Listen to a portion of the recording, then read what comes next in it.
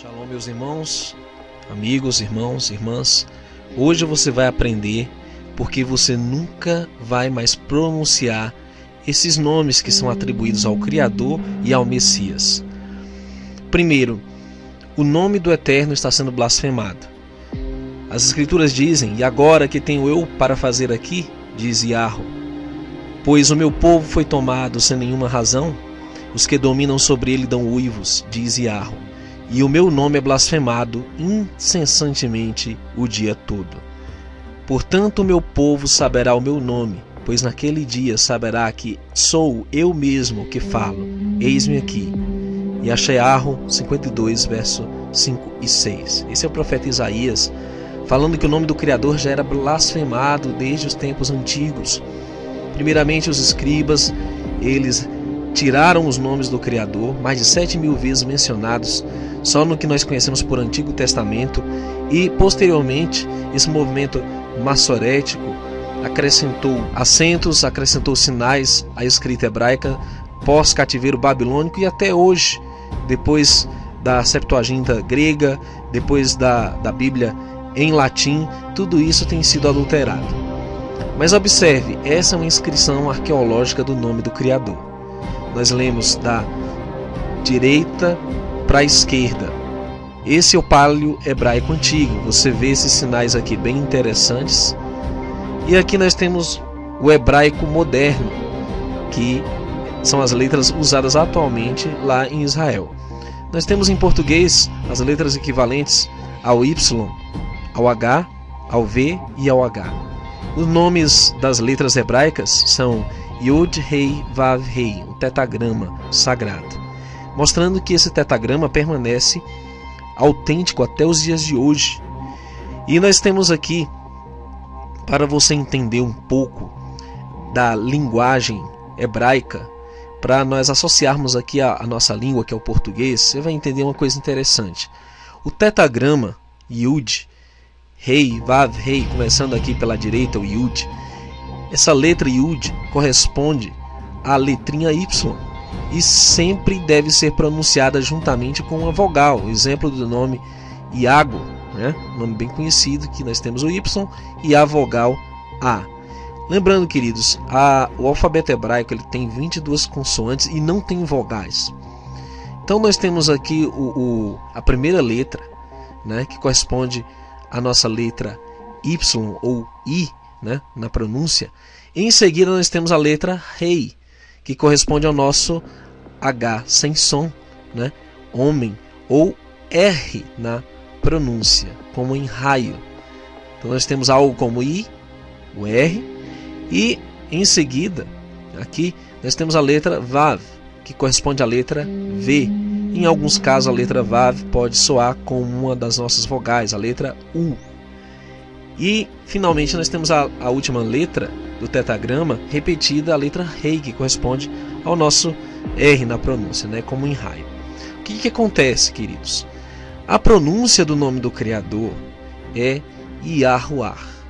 E nós vamos mostrar aqui que nós temos um tetagrama, que são 4. Há um trigrama, que são as 3 letras pelo menos, Yahu, e há um bigrama, que é Yah. O que acontece é que em nenhum desses momentos nós podemos admitir que seja excluída a pronúncia original do Criador ou acrescentada. Vejamos o que acontece. Há um grupo aí que se designa o povo de Yau, né? Essa seria escrita Yau ou Yau com H no final, que eles se baseiam em um papiro encontrado entre os manuscritos essênios cristãos gnósticos das cavernas de Qumran, que tem escrito o nome de Deus, segundo eles, no trigrama grego, Yau. Primeiro, queridos, o nome do Criador ele vem da língua hebraica, não do grego. Em segundo lugar, os essênios eram cristãos gnósticos, que nós aprenderemos que eram combatidos pelo discípulo João nas cartas dele, foram combatidos por Shaul ou Paulo, foram combatidos por vários discípulos, e os evangelhos também combatem os ensinamentos desse grupo gnóstico. E nós vamos entender uma coisa: nessa escrita grega eles omitem o trigrama, nós estamos falando da letra Rei, que, conforme você viu, está no nome do Eterno. Então, segundo eles, Yao seria o verdadeiro nome do nosso Criador e Yahusha seria o verdadeiro nome do nosso Salvador. Mas o que eles omitem é a letra Rei. A letra que aparece por 2 vezes, ela é omitida pelo menos na pronúncia, porque eles colocam Yao e tem um H no final às vezes, mas eles negam essa pronúncia. Então, qual o perigo disso, irmão Neemias? Você pergunta. É muito sério, porque cada letra do hebraico, ela não só tem uma fonética, uma pronúncia, mas ela também tem um sentido, uma mensagem. Por exemplo, a letra Yud, ela representa uma mão que opera um ato poderoso. Nós temos aqui a letra Rei, que significa contemple, e temos a letra Vav, que significa um prego, e a letra Rei novamente, que é contemple. Então, o que eles estão omitindo no nome do Criador e no nome do Messias? Se você tirar a letra Rei, né, que está no trigrama e está no tetagrama, você vai, ao invés de ter a mensagem contemple a mão, contemple o prego, você vai ter simplesmente mão e prego. Ou seja, a mensagem está incompleta, ou ela foi adulterada, ela foi subtraída, foi retirada. Então não há contemplação, não há meditação na mão e no prego, a morte do Messias. Isso é negado nessa pronúncia chamada Yao ou Yahusha.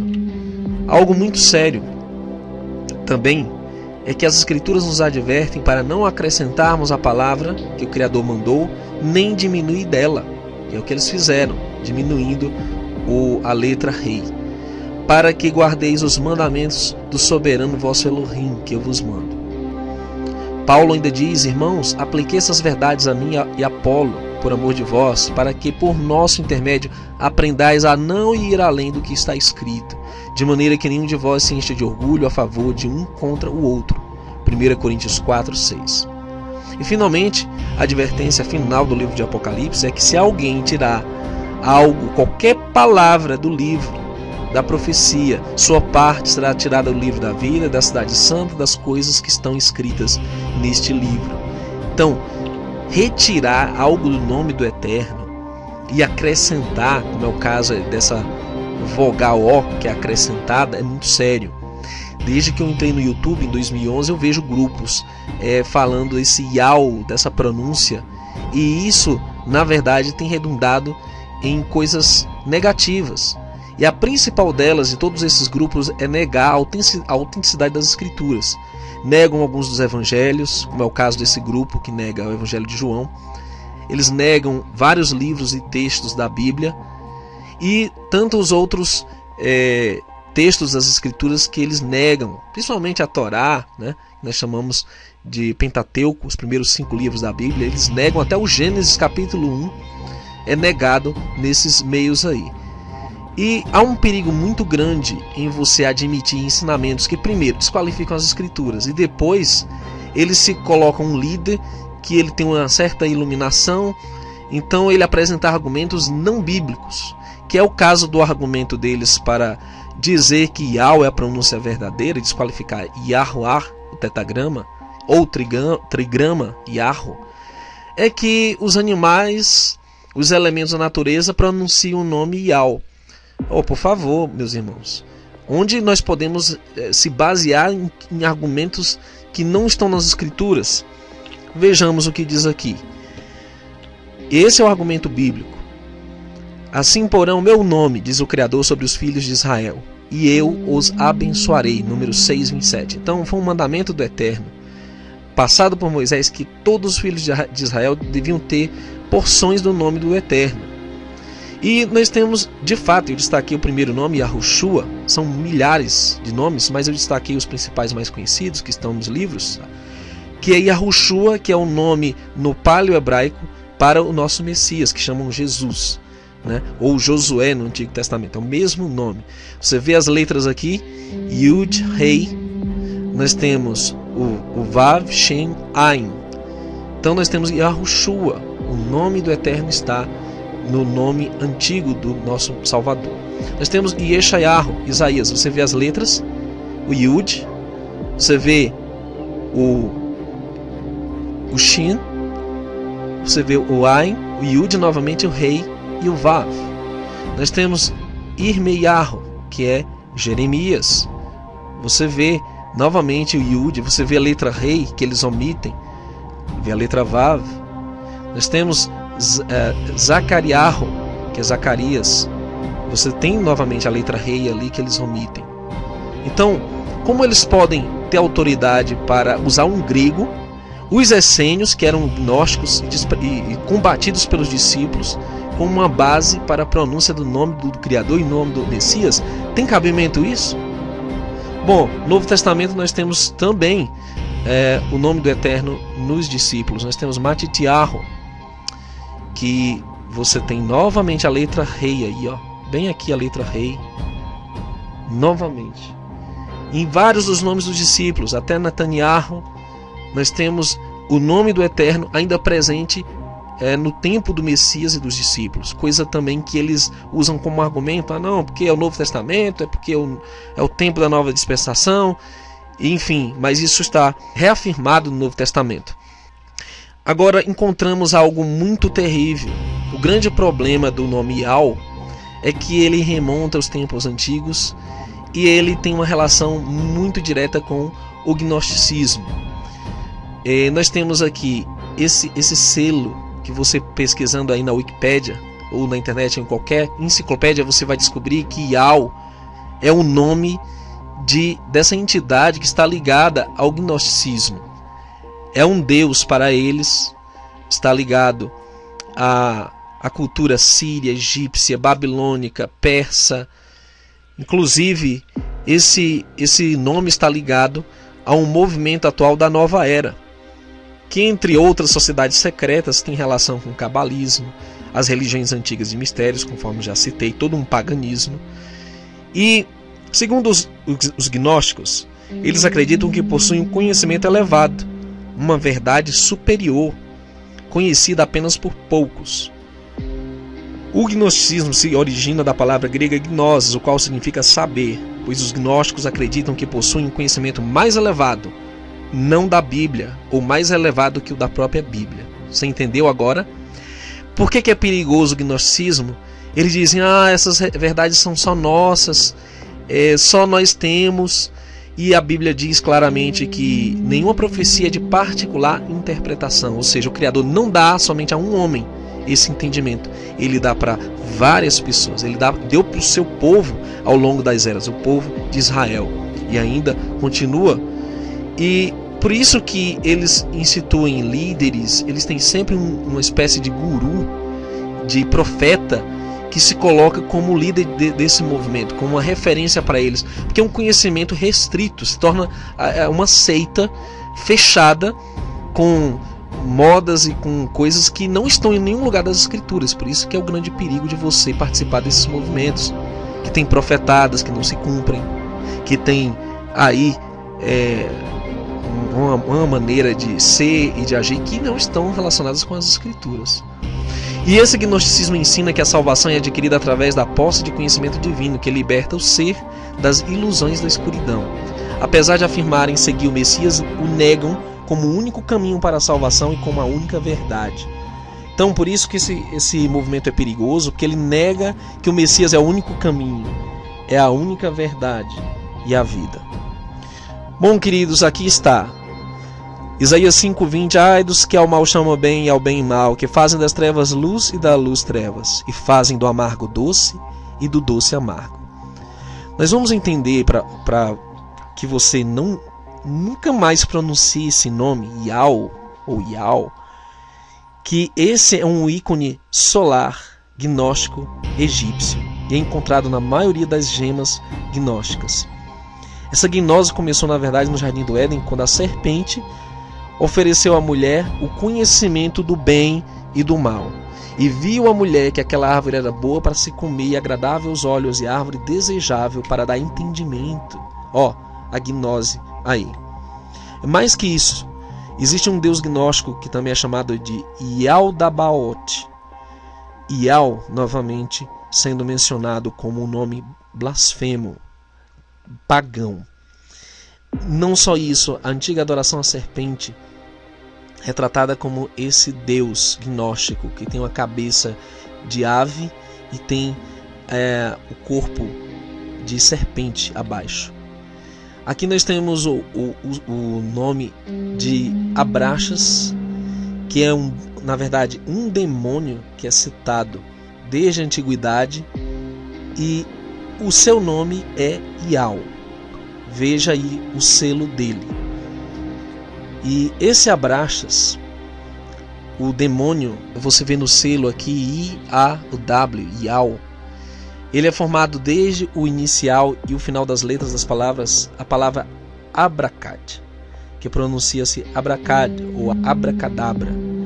Com esse significado, o anfitrião dos alados, isto é, anjos. Por isso que nos feitiços e maldições eles usam a palavra abracadabra como sendo um feitiço, uma parte do feitiço a ser pronunciado.